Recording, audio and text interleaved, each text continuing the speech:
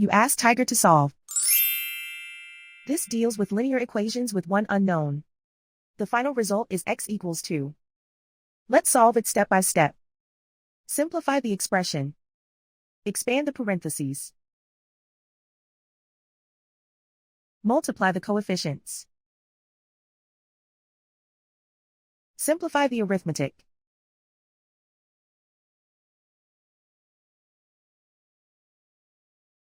Group all constants on the right side of the equation. Add 13 to both sides. Simplify the arithmetic.